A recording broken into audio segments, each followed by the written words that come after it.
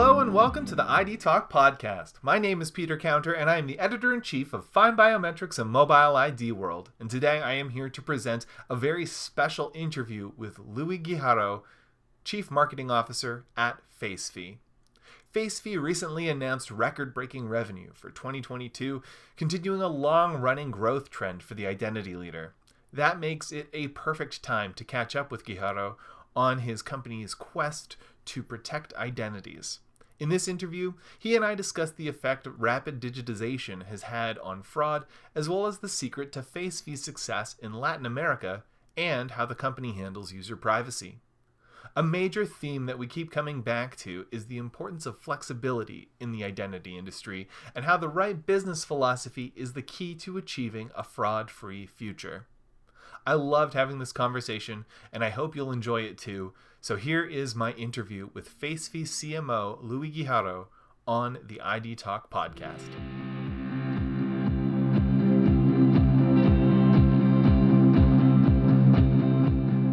I'm joined now by Guijarro, Chief Marketing Officer at Facephi. Louis, thank you for joining me on ID Talk. Thank you so much, Peter. Glad to be here. I want to start off by talking about what it takes to protect identities in 2023. The past 2 years have been characterized by rapid digitization across nearly every industry, and that's left users vulnerable to hackers and fraudsters. What are the most pressing threats to user identity in 2023? Well, Peter, in our opinion, and being for these many years in the industry, basically this vulnerability comes from the increased need in the industry to secure the identities, which obviously more and more industries today still are not really implementing the required technologies to provide the assurance that the users and the organizations need to have a proper digital identity solution in place. Obviously, one of the most prominent situations that we find in the market is the presentation attacks, when trying to demonstrate that the fraudster is the actual right person. Primarily, sorry, and primarily what we get is fraud at device level, fraud at ID level, and of course trying to present themselves as another person. There are today several technologies in the market that can definitely solve this problem, but well, obviously with more demand to the market has come more players. Not all of the players are really capable of providing with the actual needed solution for the company, and some companies are also taking an approach of, let's say, going ahead with some technologies in part of the situation, part of the problem, but are not really concerned, or they don't really have the view or the understanding of what actually it takes to secure an identity properly. So they might be leaving some gaps. For example, they might be securing properly the interaction at, for example, using biometrics at identifying the face of the person, but then they are lacking in the fraud that occurs at the document side. So those are I would say most of the actual situation in the industry. Mm-hmm. Either well, from the fraudster level, presentation attacks, and obviously from the company level is everything that comes with a high growth, like has happened with the digitization of the industry, obviously presents opportunities for the fraudsters to enter. Mm-hmm, absolutely. Yeah, it's really fascinating to look at it in that sort of two-pronged method. My follow-up question to that, though, is what can identity technology providers like Facephi do to help address these threats?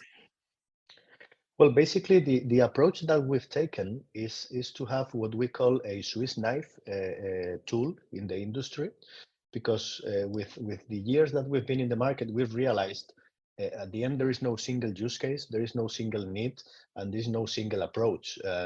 So basically, what we try and do is apart from developing the strongest technologies and the highest state-of-the-art technologies in the market possible, obviously is to look at the problem from different sides, so we can secure with different technologies and with different capabilities that we are addressing these threats properly. So basically what we do is, for example, we have a different set of technologies that, depending on the use case, they can be implemented together. Let me put you an example. For example, in the past, when users started interacting with companies in the digital world, apart obviously from the passwords, etc., once they come into a biometric world, normally, as you know, you pass from an onboarding process where you capture the face, you capture the document, and you make sure that they match.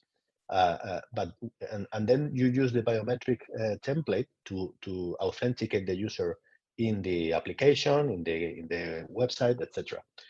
But what happens that, for example, if I'm a user, I have already used biometric authentication to enter for example, my bank application, and then someone steals my telephone, or there is an injection attack, and the session is routed to a hacker.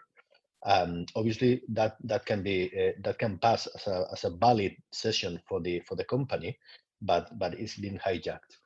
We do have, for example, behavioral biometric technologies that detect if the device has changed, if there has been any change in the user's behavior with the technology, to secure and to make sure that the complete digital session is secure.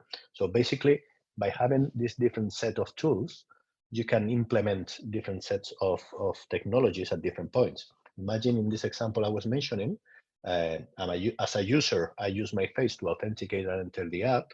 Then I have behavioral biometrics running behind, and if the risk scoring gets too high because there's something happened in the session, we can ask again the user, for example, directly, can you do now a voice authentication, or can you do another facial authentication? And with that set of flow and combination of technologies, we can make the digital session much more secure. I really love to hear an answer like that, and I really love the comparison to the Swiss Army knife, because it really does demand right now in the pardon me, in the fraud landscape that you were describing earlier.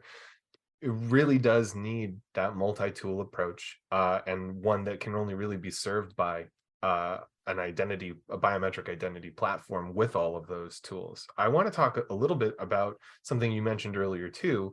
In recent years, with the digitization that we've been seeing, there's been a massive influx of identity verification technologies, largely point solutions, not platforms, but they're all trying to capitalize on the opportunities that we've been discussing. My question is, how has Facephi your established history helped your company stay well positioned in the saturated market? Well, I would say that if I have to provide you the short answer, is basically our customers. From the very beginning, we as you know, we've been a primary player in the industry, especially focused in the banking industry. And even though we started with tier 2 banks in the market, obviously we moved after with the years to tier 1 with companies such as Santander or HSBC. And obviously having those big numbers behind your back definitely helps you stay well positioned, because at the end of the day, if you're capable of securing a bank account, why wouldn't you be able to let's say use your technology for, I don't know, for renting a car or for accessing a venue, etc. But of course, that relies on the development of technology. And again, the approach is, as I said before, of course, in the 12 years, in the 10 years that we've been in the industry, the market has changed dramatically. The user adoption has increased exponentially, and so the competitors, of course. And obviously, because there are more opportunities in the market is bigger, and more customers and more industries are applying this technology. But at the end, is the same concept that we were mentioning before, is flexibility. Flexibility, and obviously trying to stay ahead of the curve with technology.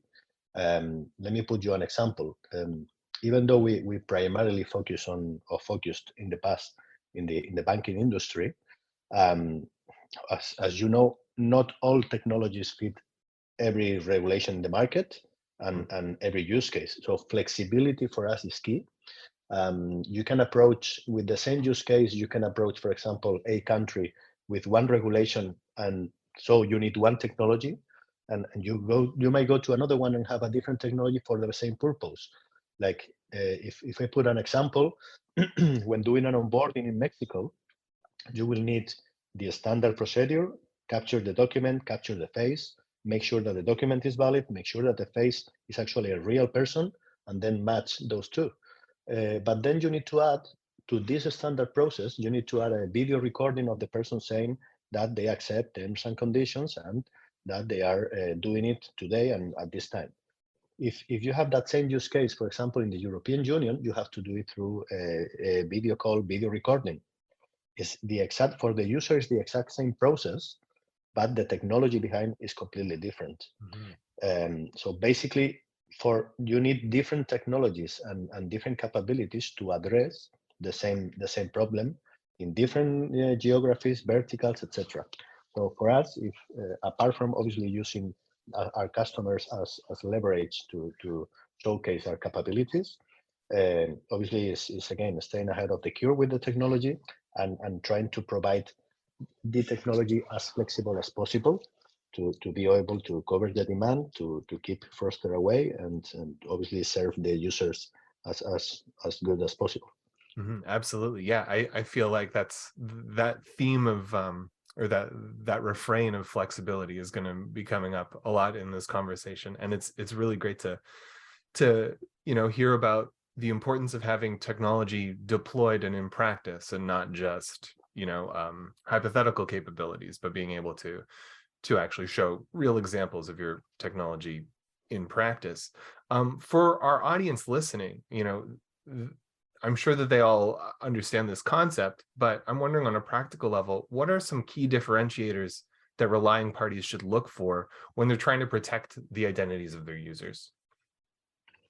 Well, here I would like to, Peter, I would like to actually talk in let's say two focuses that you have to have.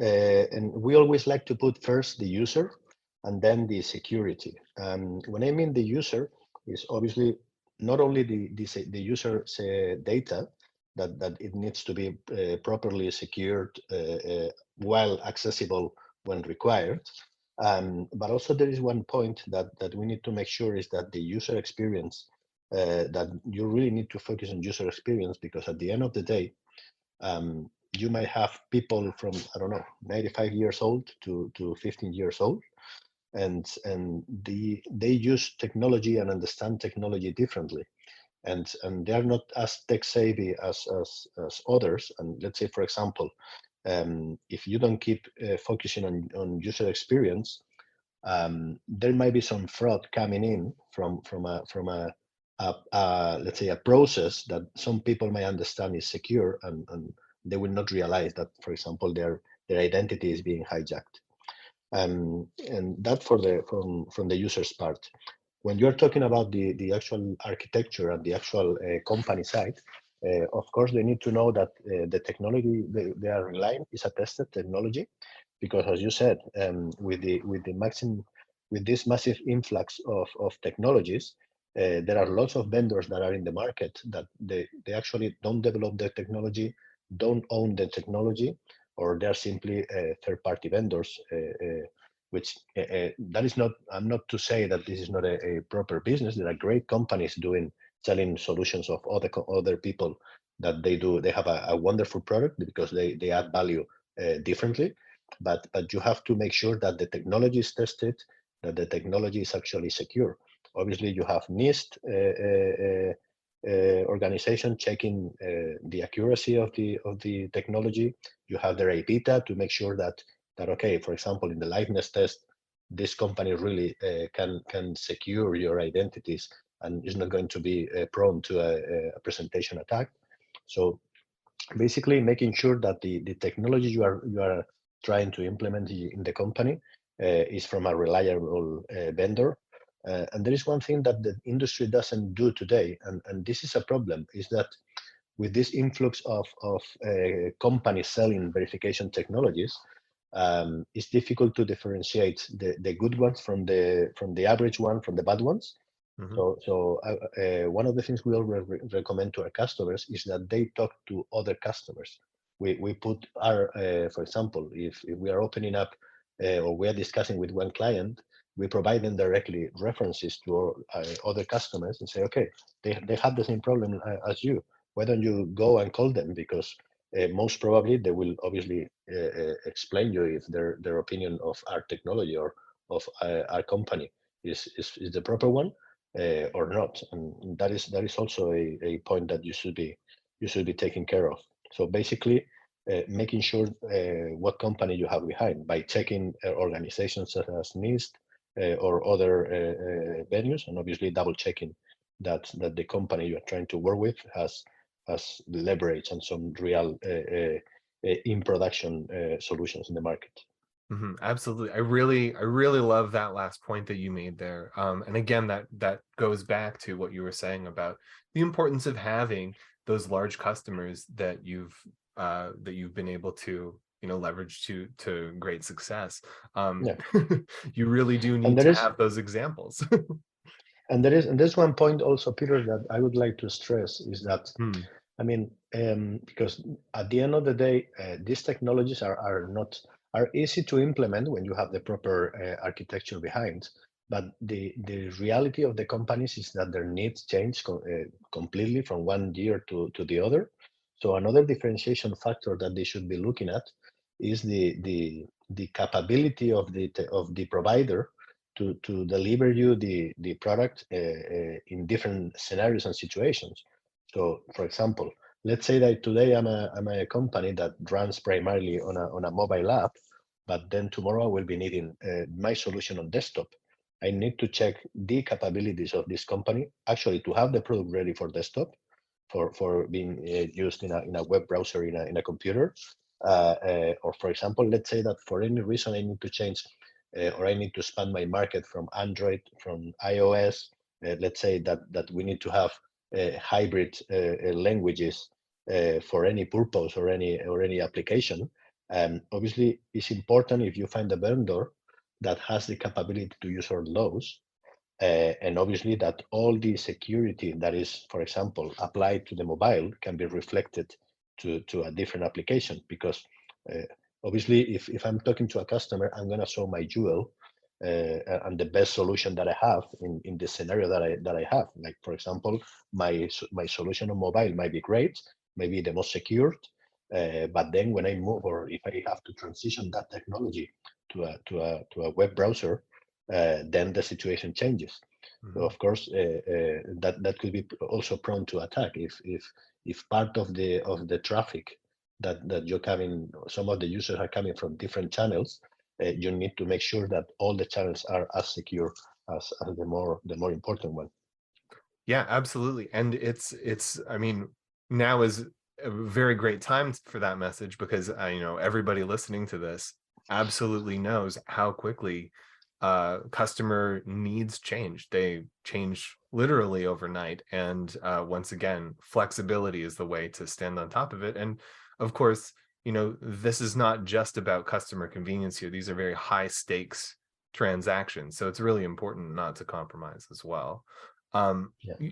Going off of what you mentioned about being able to adapt to a changing market that'll change year to year, I would like to talk a little bit now about global identity trends. Facephi is a global company. You have customers on many continents. Notably, you're a pioneer and leader in the Latin American market, as you'd mentioned before. So my question here is, how is Latin America different from other regions when it comes to identity adoption? Well, basically, Peter, what we've realized, and when approaching Latin America market, is the level of innovation that they're happily ready to implement. Obviously, the fraud level in Latin America is high, but there are also several situations that make the market more capable of applying innovation, applying technology, innovation in technology to their solutions. And also, there is one important thing is that the companies in Latin America are really focusing today on bringing innovation to the users to make sure that they are ahead of their competitors. So when it comes to the actual identity situation, imagine that the first they were among the first companies, even the first banks implementing identity technology in the market. Imagine we were having customers in production back in 2013, 2014, when not even the devices were not even with, for example, Face ID capabilities such as Apple. So it was not mainstream technology, and they were already replacing passwords using biometric templates to make login. They were among also the first ones, the first bank implementing onboarding technologies. So I would say that one of the situations that makes them different is that they're really keen on providing and trying technologies to bring them an edge, both in terms of user experience and with the competition, and of course to making sure that they keep fraudster away from their business. Absolutely. And I mean that um enthusiasm for innovation, I think, has really made Latin America a very hot identity market. So to follow up, how has Facephi managed to stand out in that market, particularly when we're talking about the banking sector? Well, one of the situations that you need to take into account is that the banking sector, and obviously they need to be really secure, and as you know, most of them are still they still have architectures on premise and not on the cloud, even though they are migrating some services or now to the cloud. And but obviously, we for that is we need to have a tailor-made product, because every single customer has a different architecture, and we need to have a solution that is able to adapt to all those. For that, we have solutions that are being installed both on premise as a service. We do have plug and play, and of course, we were among the first developing a complete digital identity platform and solution. And also, as I was saying before, is trying to be ahead of the curve, and trying to have the best state of the art technology available. So when we were already implementing solutions with face, we were testing voice, we were testing fingerprint, we were already providing our customers with the capability of having behavioral biometrics, video call, being able to create their own identity flows, or even providing them with capabilities in the platform that we have for example, blacklisting or securing one-to-end capabilities. So basically, and again, I know it's a message that we've been repeating so far in the podcast, but it's flexibility, having the possibility to go to multiple channels, and providing, staying always ahead of the curve in terms of the customer needs, the fraudster and the users. Because if we actually analyze the portfolio of products that we have, I would say that no, we are still covering much more than our customer needs. So we are trying to stay ahead always 2-3 years of our customer needs, so that by the time a solution leaves the beta status, is really ready for the market conditions to be applied. Absolutely. And I do want to emphasize that it is important to repeat the importance of flexibility. It's something that we used to talk about a lot in the earlier days of the mobile biometrics revolution, is what we used to call it at FindBiometrics. But it was something that was very much talked about a lot. And now, since we've had this massive influx, I think because there are so many simple point solutions, we don't emphasize how important that flexibility is. So I'm happy to keep repeating flexibility throughout the podcast. But I also want to mention something. You mentioned that when you were starting out in the Latin American market, that was before some of the major cultural touchstones that we have that have led to the mainstreaming of biometrics. This was before Face ID. There was just Touch ID, I guess, on the iPhone back then. Mhm. So, Facephi is one of the pioneers in identity verification technology and authentication technology, as we've been talking about it. You've witnessed the market change as the technology and the customer needs has evolved. So for many people, that technology that used to be very novel, it's much more familiar to them. my question is, how have consumer trends like these, I'm talking about mainstreaming technology, becoming more comfortable with biometrics and identity, how have those increased tech literacy enabled adoption? Well, obviously, what it might be a threat when obviously when we were hearing like again we were presenting and having in production facial biometric technology in a bank to log in when the devices were still with the fingerprint. And obviously, when we started hearing that for example, companies such as Apple or Google, they will start using Face ID and the likes. You always don't really know how if that's going to be a threat or that is going to be an opportunity. Definitely, it has become a great opportunity for us because, as I was saying before, it has made the level of adoption, the technology adoption for this, much more smooth for everyone. Imagine, and I would say that actually, and we have experienced, as you know, two real situations. Number one is some technology becoming mainstream, and obviously the users being aware of how it works and what they should do. But I would say, and as we all know, the COVID situation that obviously put us all apart and kept us locked in our houses, uh, even though has been a forced leap in the use of technology.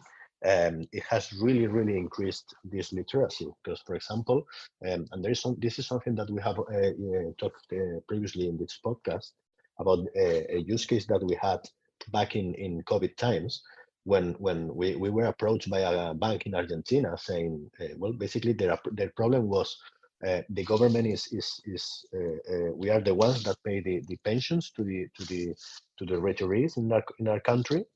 And obviously, we cannot ask them during COVID lockdown to go to a branch and present themselves to make sure that they are alive.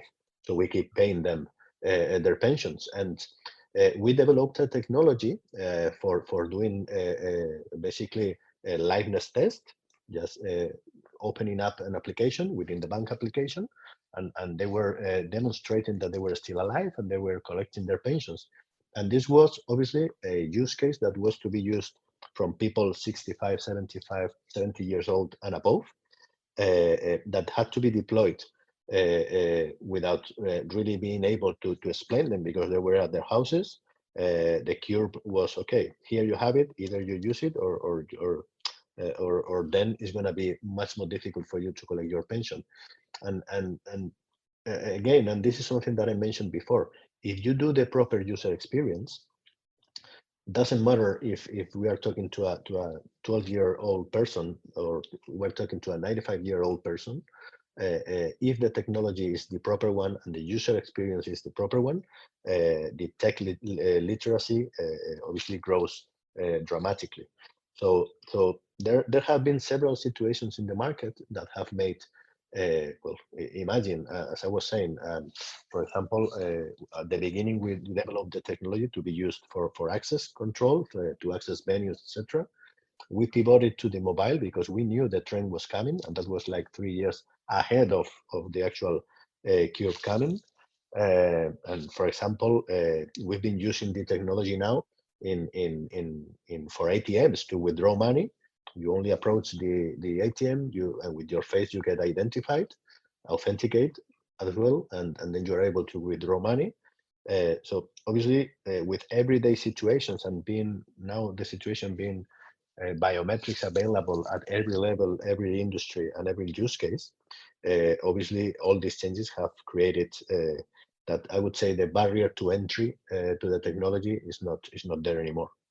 Absolutely. I'm really happy that you brought up the pension collection and liveness example. I remember reporting on that when you first announced it and being really amazed at how it sort of went against a lot of established industry knowledge. And I think, again, it just goes to show you that, like you said, if you have that proper user experience, you can help increase the tech literacy with demographics like that often are forgotten with new technology, like the elderly. So, I mean, it was fantastic, and I think that helps. Perhaps the most pressing trend in identity over the past 18 months has been the very strong influence of privacy regulations. This is all around the globe. How does Facephi keep up with new privacy laws, and how does privacy inform your business practices? Well, I mean, this is something that obviously is a present trend and is a good trend, and obviously is not going to do anything but increase from now on, because again, as the level of adoption increases and the level of industries using biometric technology and identity technologies, this is going to increase. And for us, number one is having this as a focus when creating our solutions and when understanding use cases. We do have a dedicated, obviously, law team that is trying to understand every single law and every single regulation. Not only that, also participating in sandboxes and participating in different conversations. That obviously, at the end of the day, the government, they try to impose a regulation, but most of the time they don't really know what the technology can do, what can do, and what is secure, what is not. So we try to be in as many conversations as possible to help them understand what is the actual need, and how the technology can adapt to make sure that they keep their citizens secure. So I would say, number one, keeping it as a focus. Number two, participating in those conversations, and again, is having a technology that is able to be adapted to every single requirement. Imagine, for example, you are talking to a global company that has to implement a digital authentication or digital identity solution across the globe. Obviously, ideally for this company, they will be using the same vendor for China, for Korea, Japan, in the European Union, in United States, in Latin America, in Africa. So not all countries have same regulations. Not all countries have the same capabilities to adopt technology and to be able to deploy this technology. But the users are global, the market is global, and the companies are global. So for us, what we try and do is have the adaptable solutions, and have, again, is going back to the Swiss knife, having the technologies required to be able to do double authentications and to understand and adapt to every single use case. And this relates back to the previous question on tech literacy. Let me put you an example. And for accessibility purposes, we do try to present several flows for the same onboarding. Let's say that someone is trying to do an onboarding with face, but at any point, for accessibility reasons, they need to be using voice. Obviously, this impacts the privacy, and this impacts the security. So you need to be flexible on technology to be able to adapt to the use case and to the user, while securing the privacy and the regulation. And then on the other hand, and even though most of the solutions that we implement in the market are on premise, so basically the security of the users' data is normally at the bank servers, not ours. As we do have a SaaS solution as well, we do make sure that all the solution, all the customer data is properly secured. And then, and to finalize the question, Peter, as you know, the industry is moving to self-sovereign identity, is moving to decentralized identity and to digital wallets, and that is definitely the next situation coming ahead. Is having the user in control of their actual data.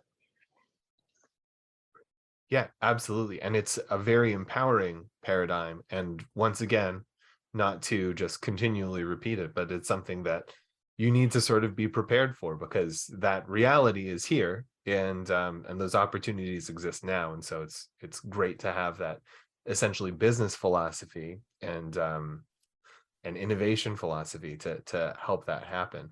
I want to take the last bit of this podcast to talk about what's next for Facephi. So recently you posted some very impressive, I'll just say record-breaking revenue growth in 2022. My first question here is, what's behind Facephi's continued success?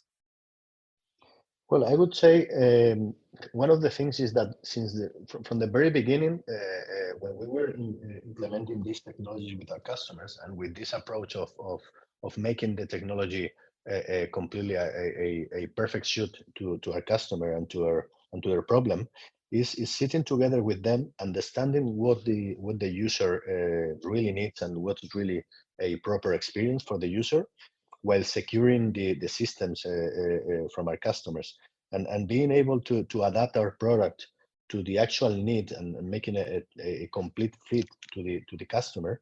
That has brought us with obviously the acknowledgement of the industry as having Facephi as a prominent player. Also, with the last changes in our product portfolio, developing the digital identity platform, that has created this record-breaking revenue that you mentioned. And with that, we stayed ahead of the curve. We are now pivoting not only to the banking sector that has been the primary revenue for us, but we do have now smart cities. We have now insurance company, healthcare, shared mobility. We have airports, airport operators.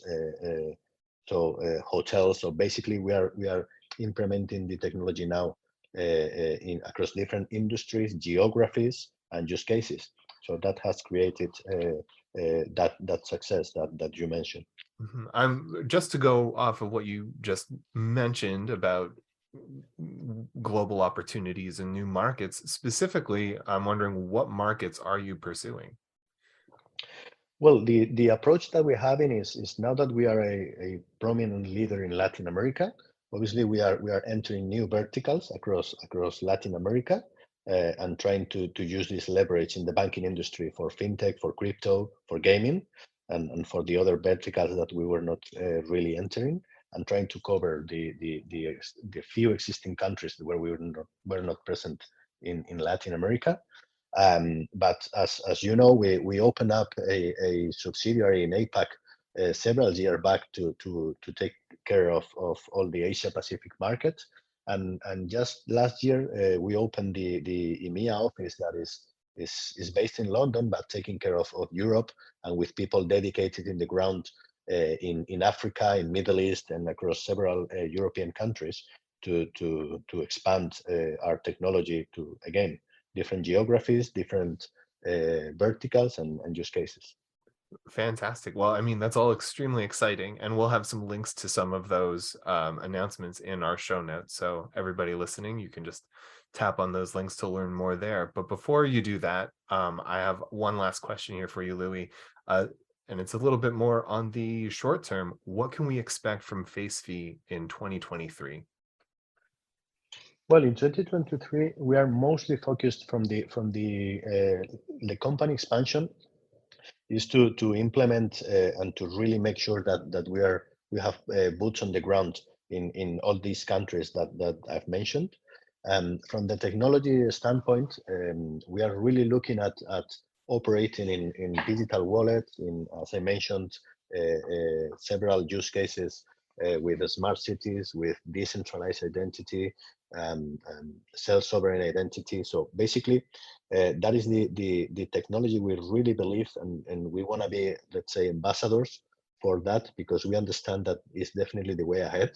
And as you can see, and you know, Peter, most of the governments are digitalizing their identities. Hmm. So let's say fraud at the as you know, in the industry, there have been for many years this okay, let's prove that this physical plastic identity is real.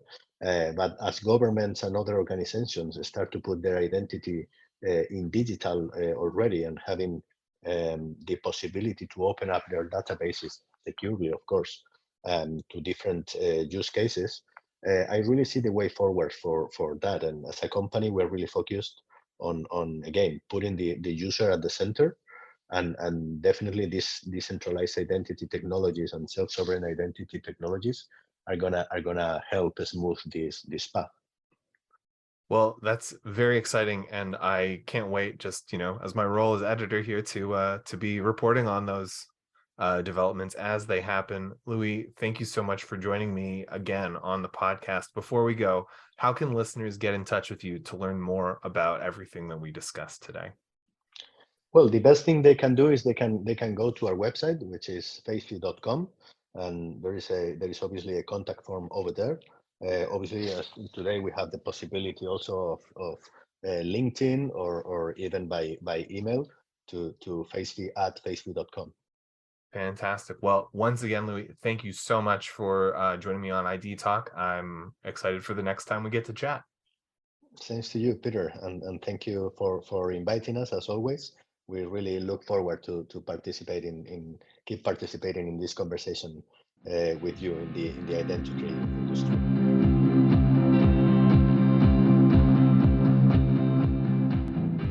And so concludes my conversation with Louis Guijarro, Chief Marketing Officer at Facephi. To learn more about the topics discussed in this episode, visit facephi.com or click on the links in the show notes in this episode's description. For everything else digital identity and biometrics, stay posted to FindBiometrics.com and MobileIDWorld.com. I would like to thank Louis for speaking to me on this episode. Our podcast theme music is by Logomrad. I have been your host, Peter Counter. Thank you for listening to the ID Talk podcast.